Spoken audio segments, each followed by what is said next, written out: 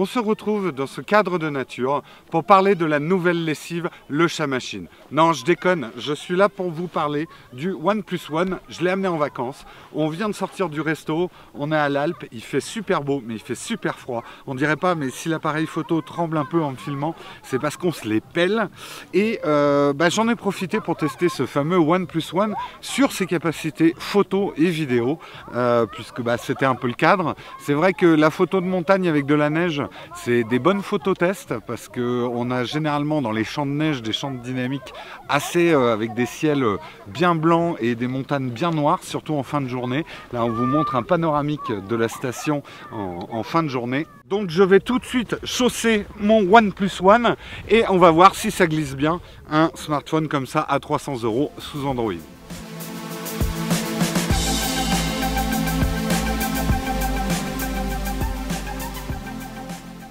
Je suis donc de retour des Alpes et de la très belle station de l'Alpe d'Huez. On a eu 2 jours de très beau temps et j'ai enfin le temps pour tourner et pour monter ce journal du Switcher numéro 2 dans lequel je vais vous raconter un petit peu mes vacances avec le OnePlus One et Android, moi qui viens d'iOS et de l'iPhone 6 Plus.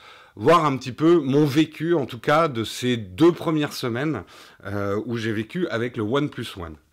Mais avant tout, quelques news, puisque ça bouge dans le monde tumultueux du OnePlus et d'Android. C'est des infos quand même assez importantes pour le journal du Switcher, donc je vous les donne.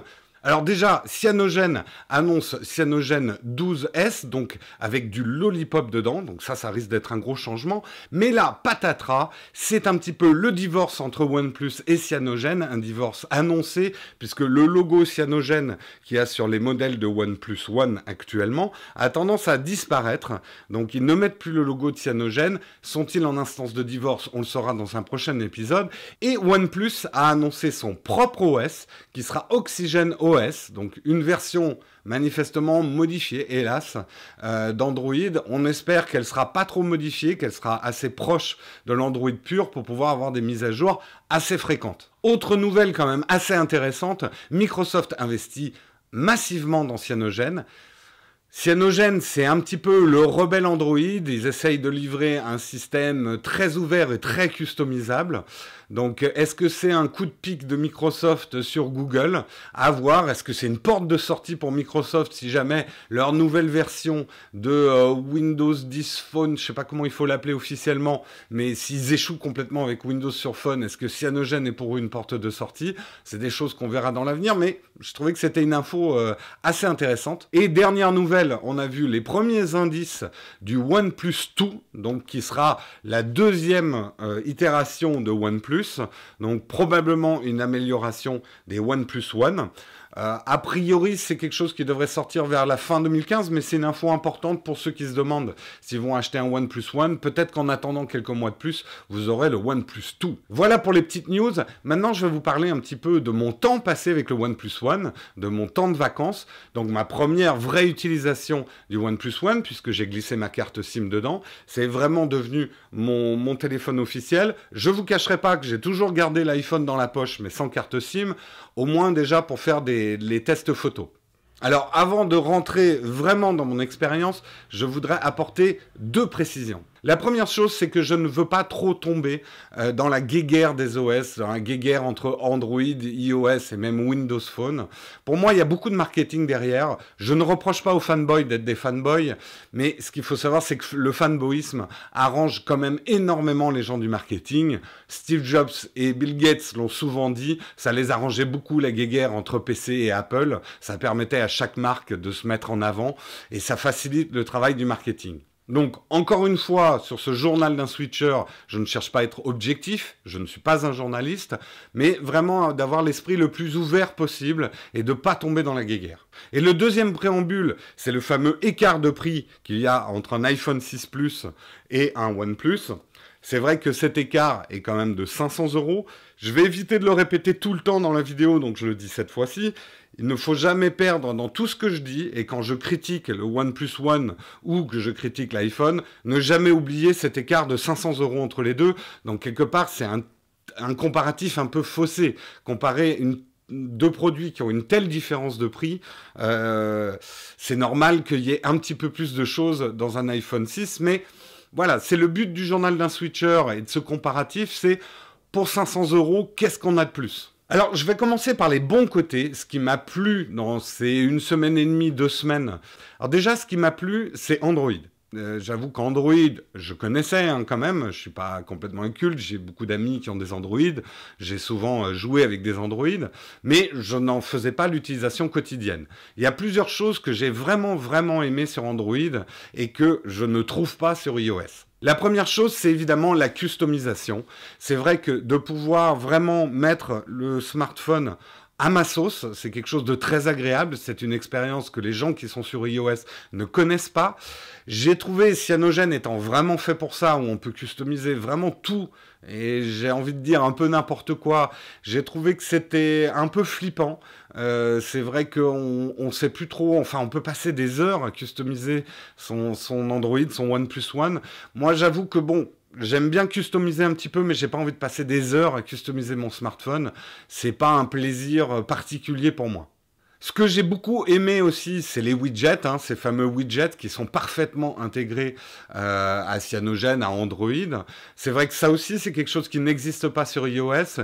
Et de pouvoir avoir d'autres types d'informations et des choses beaucoup plus pertinentes et contextuelles sur ces pages, au lieu d'avoir des bêtes icônes d'applications comme on a sur iOS, est quelque chose d'extrêmement agréable et je suis devenu assez addict. Là où je suis devenu un super fan, même si j'étais vraiment déjà fan sous iOS, c'est Google Now, le service Google Now, qui globalement va rassembler un petit peu toutes les informations que vous donnez gratuitement à Google sur ce que vous faites et essayer de vous livrer la bonne info au bon moment. Sur iOS, c'est plus ou moins bien intégré puisque avec les restrictions d'Apple, il faut un peu ouvrir son app Google Now pour avoir les infos. Là, je peux l'avoir dans un widget sur ma page d'accueil. Il me donne, et parfois c'est même un peu flippant parce que je me demande comment il fait pour savoir ce dont j'avais besoin, mais il va vraiment me donner des informations pertinentes par rapport aux recherches que j'ai faites, par rapport à la situation où je suis, à l'endroit où je suis. Et ça, j'ai vraiment trouvé ça très agréable. Et Google Now est un vrai service auquel je crois beaucoup parce que je pense que c'est l'avenir de nos smartphones, devenir des petites Jarvis qui vont un peu devancer nos désirs. Dans les bons côtés également, j'ai été agréablement surpris, même si je vais me contredire tout à l'heure, vous allez voir dans une expérience que j'ai vécue, mais globalement, j'ai trouvé que la batterie était plutôt bonne. J'ai à peu près, et je vous le dis d'une manière non scientifique, parce que j'étais quand même en vacances, donc j'ai pas fait des tests non plus super poussés, mais globalement, j'avais à peu près la même autonomie avec les deux. Je les rechargeais à peu près en même temps, et même en faisant des photos et de la vidéo, j'ai vraiment été plutôt content de l'autonomie globale de mon OnePlus One. Passons au mauvais côté, et c'est vrai que la première semaine n'a pas manqué de mauvaises surprises autour du OnePlus One, et là j'ai vraiment besoin de vous. Je n'arrive pas à savoir aujourd'hui si le OnePlus One que j'ai reçu est défaillant, auquel cas il va falloir que je teste le SAV de OnePlus, et ça risque d'être un test intéressant, ou si c'est normal et ça arrive à tous les possesseurs de OnePlus, les galères que j'ai eues. Alors dans les premières petite galère que j'ai eue, j'ai trouvé quand même que le OnePlus One était instable. J'ai souvent des applications qui plantent, des fenêtres me disant telle ou telle appli s'est arrêtée sans aucune raison, et ça a tendance en plus à s'augmenter. À partir du moment où j'ai une appli qui plante, généralement elles vont planter un petit peu tout après, et je suis obligé de redémarrer mon OnePlus One pour que le problème s'arrête. Donc après, il remarche bien pendant une demi-journée, puis il se remet à planter. Donc j'ai trouvé que ça, c'était instable. Venant d'iOS, attention, iOS a des plantages aussi, ne me faites pas dire ce que j'ai pas dit. Mais on n'a quand même pas cette fréquence de plantage. Moi, j'avais quasiment des plantages tous les jours. Et j'ai même eu 2 plantages graves qui m'ont empêché de répondre au téléphone. Et ça, venant de l'iPhone, c'est quand même assez troublant parce que la fonction téléphonique d'un smartphone, pour moi, c'est quand même une fonction de base. Et si on la perd, bah, on a un bête bout de plastique dans les mains, quoi. La première histoire, ça m'est arrivé assez tard le soir. J'appelle un taxi qui devait me rappeler. Mon OnePlus One affichait encore 20% de batterie. Et il a planté, sans aucune raison, il s'est éteint, comme si la batterie était éteinte, et j'arrivais plus à le rallumer, donc le taxi ne pouvait pas me rappeler. Donc là, j'étais quand même super embêté. Il s'est rallumé au bout d'un moment, m'affichant toujours 20% de batterie, mais ça, j'avoue que j'ai piqué une petite crise de nerfs, et j'ai failli prendre ma carte SIM et la remettre dans l'iPhone. Ça, c'est un plantage qui m'a quand même inquiété. Ça s'est pas reproduit depuis. Alors, est-ce qu'il aimait pas l'air grenoblois, hein? Ça, c'est une autre question. L'autre gros plantage, bah, j'appelais un Uber. J'étais sur Paris. On revenait de vacances. Et là, pareil, je commande mon Uber avec l'application Uber. L'application Uber a planté. Et il a commencé à me mettre des fenêtres en me disant l'appli a planté, l'appli a planté, l'appli a planté, c'est bon, j'ai compris. Mais du coup, comme il mettait des fenêtres de plantage, quand le taxi, le Uber essayait de me rappeler, j'arrivais pas à répondre au téléphone parce qu'à chaque fois, j'avais une fenêtre de plantage. Ça, c'est vraiment handicapant. Ce qui me fait dire, dans l'état où je l'ai utilisé, mon OnePlus One, que ce n'est pas un téléphone fiable pour moi au niveau professionnel. Si je ne peux pas répondre à un client parce qu'une appli a planté, il va vite passer par la fenêtre. Hein. Aussi beau soit-il, je pense que ça vole aussi bien qu'un iPhone. Dans les petites choses qui m'ont déplu, mais qui sont moins graves, déjà, c'est l'utilisation de ce bouton, le bouton on-off, en fait, pour l'appareil photo, pour pouvoir déclencher. Il va falloir que je le change, parce que c'est vrai qu'avec l'iPhone, j'ai l'habitude, je prends une photo et j'éteins mon smartphone, je le remets dans la poche. Donc, c'est un tic que j'ai. Maintenant, je prends une photo et quand j'appuie sur ce bouton-là, il me reprend une photo. Donc, j'ai beaucoup de photos de mes pieds ou de choses pas intéressantes à cause de l'utilisation de ce bouton-là pour le déclencheur de l'appareil photo. Dans les petites choses aussi qui me manquent, j'avoue que Touch ID, je me suis quand même pas mal habitué avec mon iPhone 6 Plus à ouvrir certaines applications qui ont des mots de passe avec Touch ID. Et là, de ne plus l'avoir, ça me dérange un peu. Donc j'espère aussi que le monde Android va bientôt connaître un système d'empreinte digitale fiable, comme l'est devenu, il ne l'était pas au départ, mais il l'est devenu le Touch ID d'Apple, même si je sais que ça pose des problèmes de sécurité. En tout cas, moi, pour mon confort, c'est vraiment quelque chose de confortable, le Touch ID. La dernière petite chose qui m'a manqué, et ça c'est lié au fait que le OnePlus One n'est pas encore sous le Lollipop, c'est d'avoir des notifications sur la page d'accueil, la page où on déloque son téléphone. C'est vrai que j'avais l'habitude de recevoir mes SMS et des messages importants sur mon iPhone. Là, je suis obligé de le déloquer pour voir les notifications. Ça m'a un petit peu dérangé, donc j'ai hâte qu'on passe à un système un petit peu plus moderne sur le OnePlus One. Globalement, pour résumer mes premières sensations vraiment d'utilisateur du OnePlus One, je suis convaincu par Android, j'aime bien Android, il y a des choses qui vont peut-être m'empêcher de revenir à iOS. Google Now en tête, c'est vraiment un service que j'adore. Pas encore complètement convaincu par le OnePlus One, j'ai trouvé qu'il y a des choses inquiétantes. À savoir après, est-ce que c'est mon OnePlus One qui a un problème ou les OnePlus One en général. Là aussi, je demande un petit peu votre aide et de feedback pour ceux qui ont déjà un OnePlus One. Et je vais passer à la deuxième partie de ces premiers temps avec un OnePlus One. Je vais parler de photos et de vidéos, puisque comme j'étais en vacances, j'ai eu l'occasion d'en faire. Donc ceux que ça intéresse pas, la photo et vidéo sur smartphone, vous pouvez complètement passer cette partie. Les autres, restez avec moi. Alors parlons un peu de photos et de vidéos. Vous savez que pour moi c'est quelque chose d'important dans mon smartphone. Je considère que mon smartphone c'est mon point and shoot de poche que j'ai toujours sur moi. Et comme le dit un grand photographe, le meilleur appareil photo c'est celui que vous avez sur vous. Donc j'essaye d'en avoir un pas mauvais. Alors j'aimerais empêcher tout de suite certains commentaires que j'ai eus sur mon test de l'iPhone 6 ou sur celui-là. C'est vrai que je sais qu'il existe des smartphones comme les Lumia ou un Panasonic qui vient de sortir, qui intègrent des fonctions photo encore plus évoluées, qui sont des espèces d'hybrides entre un smartphone et un appareil photo compact. Personnellement, ce ne sont pas des produits qui m'intéressent, parce que j'ai déjà un compact. Quand je veux vraiment faire des photos avec un compact, j'ai un réflexe aussi, et je veux quand même un smartphone qui soit d'abord un smartphone et qui fasse des photos pas mal à côté. Je n'attends pas non plus d'un smartphone qui remplace un appareil photo. Parlons déjà des bonnes choses. On commence par le steak. On mangera les haricots verts après. Je n'aime pas les haricots verts. Donc le steak, ce que j'ai beaucoup aimé dans l'approche photo et vidéo sur le OnePlus One, c'est déjà de pouvoir shooter en RAW. C'est vrai que d'avoir des images en RAW, surtout quand on connaît les faiblesses de tous les smartphones, iPhone compris, de pouvoir récupérer l'image et de la retravailler direct derrière avec un logiciel de retouche d'image dans des fonctions assez puissantes, puisque le RAW a tellement d'informations, vous pouvez vraiment changer énormément de choses sur une photo sans la dégrader. C'est quelque chose d'extrêmement intéressant pour un amateur photo. L'autre bonne surprise, c'est la résolution, 13 mégapixels. Alors, je vous ai fait tout un laïus dans mon test de l'iPhone 6, qu'Apple restait à 8 mégapixels et que c'était pas forcément un mauvais choix, même si c'était une petite déception pour moi. C'est vrai que les mégapixels en soi, ça veut pas dire grand-chose tant qu'on les a pas comparés à la taille du capteur. Reste que le OnePlus One, même s'il n'est pas dans les meilleurs mégapixels du marché des smartphones, a une résolution de 13 mégapixels, c'est supérieur à l'iPhone 6, et donc ça donne une meilleure résolution aux images, ce qui permet sur des photos faciles, des photos en plein air avec un beau soleil, une belle lumière, d'avoir un piqué que j'ai trouvé sur certaines photos supérieur au même cliché que j'obtenais avec l'iPhone 6 Plus. Ça, c'est vraiment lié à la résolution qui va vous donner un meilleur piqué d'image. Mais les photos de plein air avec le soleil, c'est ce qu'on appelle des photos faciles. Il y a pas beaucoup d'appareils photo qui peuvent rater ces photos-là.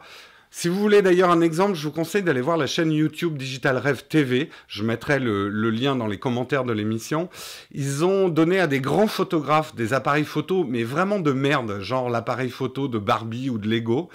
Et on voit que des grands photographes savent très bien capter tout de suite les limitations de leur appareil et produire la meilleure image possible avec les limitations. C'est tout l'intérêt, moi c'est ce que j'aime en photo, c'est que la photo, ce n'est pas que de la technologie et on peut faire des très belles photos avec des vieux appareils, ce qui n'est pas toujours le cas dans d'autres technologies, hein. Généralement ce qui est nouveau est mieux que l'ancien, c'est pas toujours le cas en photo. Tout ça pour dire, voilà, la technicité en photo c'est important, mais il y a des gens qui font des très très bonnes photos avec des smartphones parce qu'ils en connaissent les limitations. Mais donc, pour juger vraiment de la qualité d'un appareil photo, il faut l'amener dans des conditions un petit peu plus difficiles. Les conditions les plus difficiles pour un appareil photo, c'est la basse luminosité et le mouvement. Et là, j'ai plutôt vite déchanté avec le OnePlus One, en tout cas dans ma première journée. D'abord, je chipote un petit peu, mais j'ai trouvé quand même que le OnePlus One avait un petit peu tendance à cramer les blancs sur des photos, voilà, des photos faciles. J'ai trouvé que les blancs étaient un peu cramés. Ça s'est confirmé quand le jour a commencé à baisser. J'ai pris une photo de coucher de soleil. Et là, je me suis aperçu que le champ dynamique, et on le voit sur cet exemple, le champ dynamique, c'est-à-dire la capacité de saisir les hautes lumières et les basses lumières, le champ dynamique était un petit peu dans les choux par rapport à ce que j'ai pu faire avec l'iPhone. Mais quand la nuit est vraiment tombée, là, j'ai vraiment pleuré ma mère. Impossible d'avoir une photo nette. Pourtant, j'avais lu que le OnePlus One avait un bon stabilisateur. Il ouvre quand même à 2, ce qui est supérieur quand même à l'iPhone 6. Puisque je crois que l'iPhone 6 c'est 2.2, j'espère pas me tromper. La gestion du bruit numérique, elle est dégueulasse. J'avais du vomi de pixels dans les noirs, c'était absolument immonde. Mes photos sont floues. La même photo, on le voit là dans les exemples comparatifs que je suis en train de vous montrer, les mêmes photos, j'ai absolument pas les mêmes résultats. Et franchement, c'est des photos à jeter. Je les ai gardées pour pouvoir vous les montrer, mais c'est des photos inexploitables. Ce qui m'a inquiété aussi, c'est le traitement du flair. Quand vous avez un éclairage électrique ou le soleil directement sur votre objectif, on le voit sur cet exemple, la manière dont l'iPhone 6 et à côté le OnePlus One ont traité le flair du soleil ou de lumière électrique dans une rue de l'Alpe d'Huez la nuit. J'ai eu des bizarreries, ce qui est généralement le signe d'une optique qui est pas top. Bon, l'iPhone a eu ces problèmes-là hein, quand c'était l'iPhone 4. Ça va bien mieux maintenant avec l'iPhone 6. Mais bon, j'avoue que ça m'a un petit peu inquiété. Pour terminer, j'ai trouvé que le traitement HDR des photos était vraiment fait à la truelle, beaucoup trop exagéré. Il a tendance à déclencher le HDR beaucoup trop souvent. Et du coup, moi, j'aime pas beaucoup les photos HDR. Je critique pas. Hein. Je sais qu'il y a des gens qui aiment beaucoup le rendu HDR, etc. Moi, je trouve que c'est trop criard. Ça me fait penser à des mauvaises cartes de postales qu'on trouve d'ailleurs en station de ski où tout est... Et à la limite, si j'ai envie d'exagérer mon contraste et d'exagérer une photo, je préfère le faire en post-traitement qu'à la prise de vue. Mais c'est une histoire de goût. Là, j'ai trouvé quand même que le HDR était vraiment poussé. Vous allez peut-être trouver cette photo là que je vous montre jolie. Moi, je la trouve criarde. Donc j'avoue que je crois que c'était les 2 premiers jours. J'étais loin d'être convaincu par l'appareil photo du OnePlus One et même très inquiet. C'est là où j'ai commencé à me dire j'ai peut-être un problème avec ce modèle, peut-être que c'est un mauvais modèle. Je me suis dit il y a quand même un excellent capteur Sony à l'intérieur. L'optique, elle est décrite comme une optique pas mal. Donc le problème vient du traitement d'image. Donc, je me suis dit, le traitement d'image, c'est soit carrément le rapport entre le processeur et l'appareil photo qui est dans les choux, soit l'application qui gère la photo. Donc, j'ai téléchargé l'application de base Google pour prendre des photos. Et là, les choses ont commencé à être meilleures.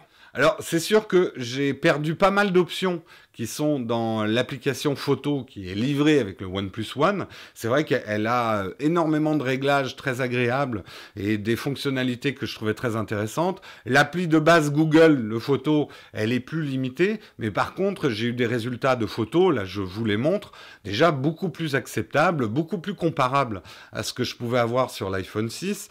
Donc j'étais plus satisfait. Même si je mesure quand même un écart de qualité de photo entre l'iPhone 6 Plus et le OnePlus One.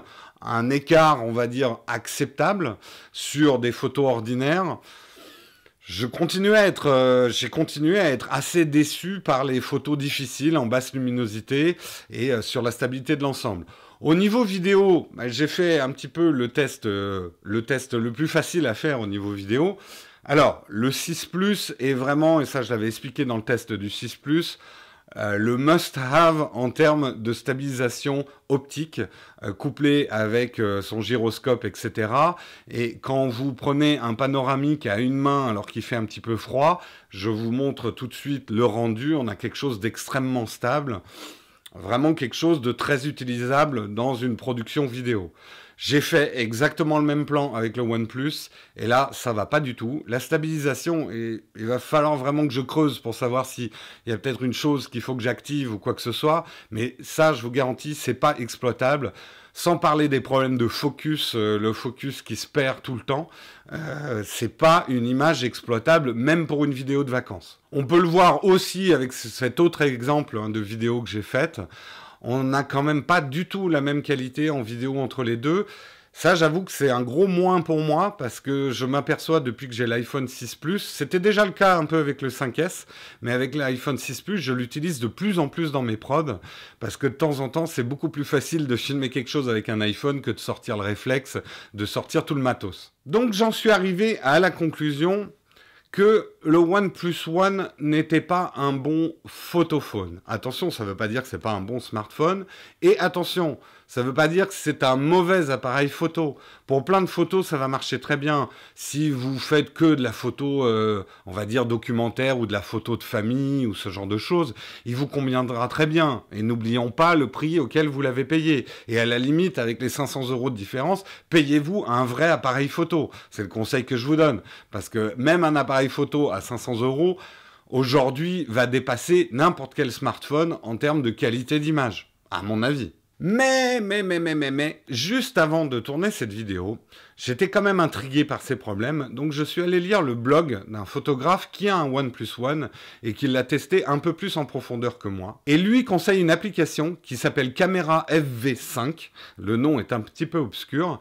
Et c'est vrai que cette application on retrouve déjà des réglages photo qui sont plus proches des réglages photo qu'on peut avoir sur un appareil. Donc quelqu'un qui s'y connaît en photo va reprendre un petit peu la main sur le couple capteur et optique et reprendre la main sur l'appareil photo. Pour l'instant, j'ai pas eu le temps de vraiment faire des tests. J'ai fait une photo hier soir de l'Arc de Triomphe. On me voit en train de faire cette photo, donc je vous montre cette photo. Je trouve déjà que les résultats sont plus intéressants. Et maintenant que j'ai le contrôle sur mes ISO et ma vitesse assez facilement, je vais pouvoir pousser un petit peu l'appareil photo. Donc je pense que pour le test final du OnePlus One, j'aurai certainement une conclusion moins définitive que celle que je viens de vous donner, qui en a probablement inquiété certains en se disant « Waouh, super mauvais appareil photo ». Je rectifie, il n'est pas mauvais. Et peut-être qu'en mettant la bonne application, il va produire de bons résultats, même sur des photos difficiles. Mais néanmoins, je me mets à la place de quelqu'un qui ne serait pas comme moi, ou qui ne serait pas comme vous qui regardez cette vidéo, qui achète un OnePlus One, qui ne va pas aller plus loin que l'appli de base qui est livrée avec. Il va peut-être être quand même vachement déçu d'avoir une appli photo qui a tendance à planter, qui est lente, et qui produit des résultats bizarroïdes. Il ne va pas vraiment creuser pour mettre une autre appli, etc. Donc il risque d'être un petit peu déçu. Vraiment, tous ces tests photos, je me suis mis un peu dans la place d'un acheteur moyen et d'un photographe moyen qui shoot tout en automatique et qui installe l'appli de base. Et pour ça, le OnePlus One est plutôt décevant. Après, en mettant les bonnes applications et tout ça, on commence à s'en sortir. Et d'une manière générale, je ne veux pas faire de conclusion hâtive, mais c'est un peu les premières conclusions que j'ai de mon rapport avec Android. Android est très bien, mais il faut se donner un petit peu la peine pour que ça devienne bien. Tout ne marche pas parfaitement dès l'ouverture de la boîte. Il faut customiser un petit peu le truc. Pour que ça devienne stable, il faut probablement le nettoyer souvent. Et ce genre de choses, c'est des actes auxquels quelqu'un qui vient d'iOS n'est pas habitué. Parce que iOS a une vraie stabilité, même si ça plante de temps en temps. Mais vous avez toujours la même expérience de jour en jour sur votre smartphone. Ce qui n'a pas vraiment l'air d'être le cas sur Android. Je vois d'ailleurs Marion avec son Nexus 6, tout marche bien, sauf de temps en temps. Donc voilà, je vous ai livré mon deuxième journal d'un switcher. Pour l'instant, alors, au vu de tous les défauts que j'ai énumérés, vous dites peut-être, mais Jérôme, pourquoi es-tu masochiste et pourquoi tu t'acharnes avec le OnePlus One? D'abord, je ne suis pas persuadé d'avoir un bon OnePlus One. Parce que peut-être qu'il est défaillant et des problèmes que j'ai eus viennent simplement d'un OnePlus One sur lequel on a craché dans la chaîne de production ou qui a un petit problème. Donc je vais peut-être l'envoyer en SAV si certains me confirment qu'ils n'ont pas ces problèmes-là. Je vais l'envoyer en SAV et peut-être que tout ira mieux. Deuxièmement, il y a des choses, même en 2 semaines, je suis devenu vachement addict. Je vous ai parlé de Google Now, mais les widgets, je suis pas sûr de pouvoir revenir sur iOS derrière, on verra. Après, c'est vrai qu'au niveau photo et vidéo, c'est quand même un gros handicap. Et la question, c'est est-ce que j'aurais dû tester un OnePlus One ou partir dans de l'Android haut de gamme? C'est une autre question à laquelle je tâcherai de répondre peut-être dans un journal du Switcher numéro 3. J'espère que d'ici là, peut-être qu'il y aura aussi des nouveaux logiciels. Je ne sais pas quand OxygenOS va sortir, mais il ne sera probablement pas sorti. Mais peut-être que Cyanogen12 sera là. Donc je pourrai enfin tester Lollipop là-dessus. En tout cas, rejoignez-moi pour les prochains journaux. N'oubliez pas de vous abonner à la chaîne. N'oubliez pas de mettre des commentaires aussi, puisque je suis sûr que vous en avez. Il y en a plein qui vont se dire « Ah, mais il a dit que des mauvaises choses sur le OnePlus One alors que c'est un téléphone formidable. » Je le redis, c'est un super téléphone pour 300 €. Même si je ne vous livre pas mon test de fin, mais il y a quand même une pré-conclusion qui m'est venue en tête. Oui, ça vaut 300 €. Oui, ça vaut 800 €. Mais ça, dans un an, je pourrais le revendre combien d'occasions? Et ça, dans un an, je pourrais le revendre combien d'occasions? C'est vrai que les iPhones gardent quand même un Argus assez important. Et pour en avoir vendu pas mal sur le Bon Coin des iPhones, on récupère quand même pas mal de la valeur initiale du produit. C'est peut-être moins le cas, on va voir comment il vieillit, c'est peut-être moins le cas avec ça. Donc, de dire uniquement il y a 500 € de différence, c'est pas tout à fait vrai.